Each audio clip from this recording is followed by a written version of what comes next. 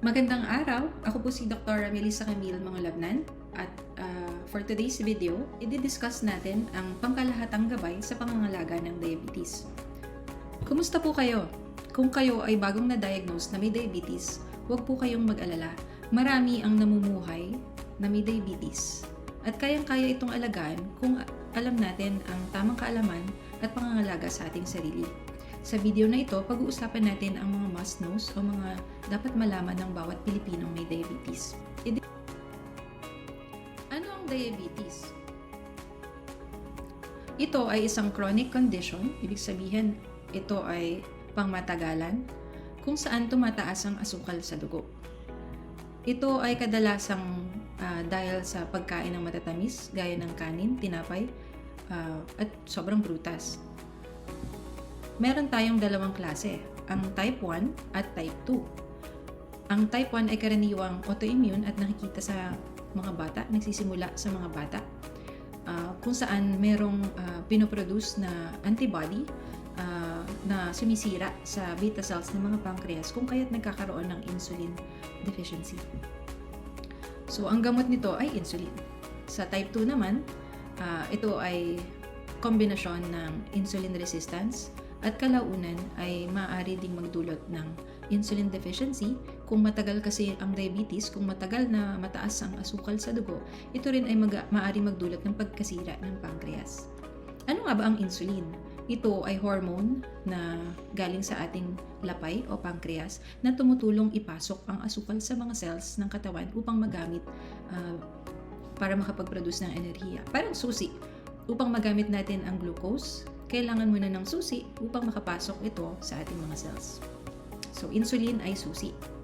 Mahalagang makontrol ang diabetes, kung hindi ay maaari itong magdulot ng komplikasyon gaya ng paglabo ng paningin, pagkasira ng kidneys, pagkasira ng mga ugat, particular sa paa, pagbabara ng mga ugat sa paa na maaaring magdulot ng diabetic foot at kalaunan maaaring maputulan ng paa. Ang mga pasyenteng may diabetes ay at risk din sa pagbabara ng mga ugat, gaya ng heart attack at stroke. Alamin natin ang mga targets. Upang maiwasan ang mga komplikasyong nabanggit, dapat makontrol ang mga sumusunod. Una, ang fasting blood sugar. Ito ang blood sugar habang wala pang kain sa loob ng 8 oras. Ang target blood sugar natin ay 80 to 130 mg per deciliter. Ang blood sugar naman, 2 oras matapos kumain ay hindi dapat tataas sa 180 mg per deciliter. Ito ay ayon sa American Diabetes Association or ADA. Ang HbA1c naman ay isa pang test, parang itong average blood sugar sa loob ng 3 buwan. Minemeasure ang sugar na nakakapit sa red pigment ng dugo or hemoglobin. So, kaya 3 months, dahil 3 months ang lifespan ng red blood cells natin. So, ang target level natin ay less than 7%. Or ayon din sa payo ng inyong doktor, para sa mga pasyenteng medyo may edad na at may mga komplikasyon, medyo mataas ang ating mga targets. For the blood pressure, gusto natin na less than 130/80 kung mga high risk. Kung medyo may edad naman na, less than 140/90, pwede na rin. For the cholesterol, ang LDL o bad cholesterol dapat ay mapanatili natin below 100 mg per deciliter.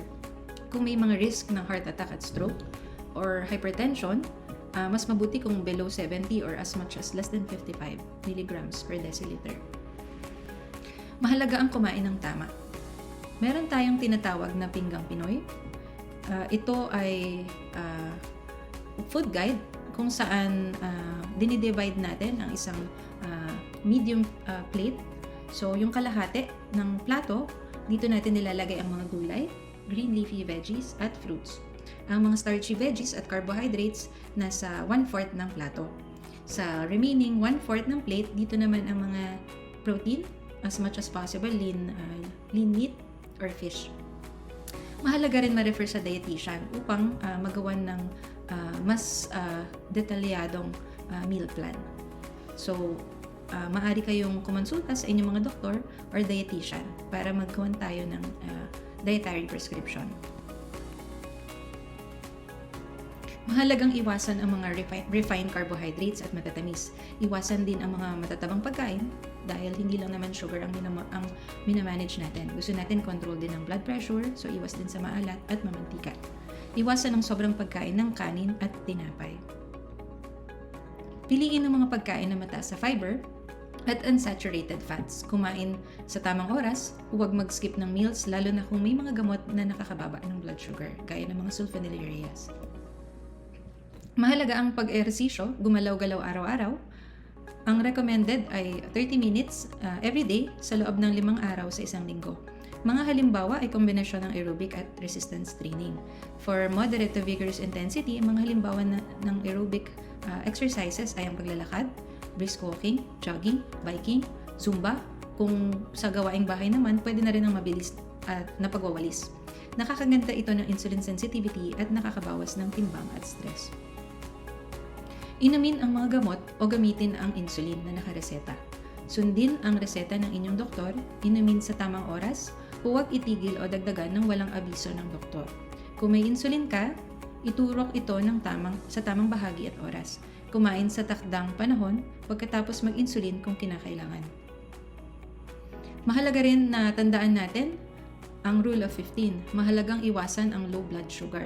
Mga palatandaan, pagpapawis, hilo, gutom, at mabilis na tibok ng puso.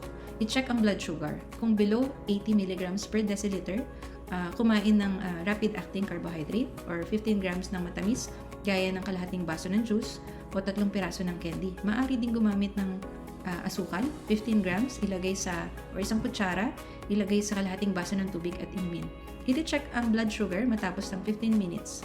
Kung above 80 na, maaari nang pakainin ng pasyente upang tuluyang tumaas ang blood sugar. Ang diabetes ay walang sintomas minsan pero may epekto pa rin sa loob ng katawan. Mag-monitor at magpatingin regularly. Ang blood sugar monitoring ay ginagawa gamit ang glucose monitor kung meron.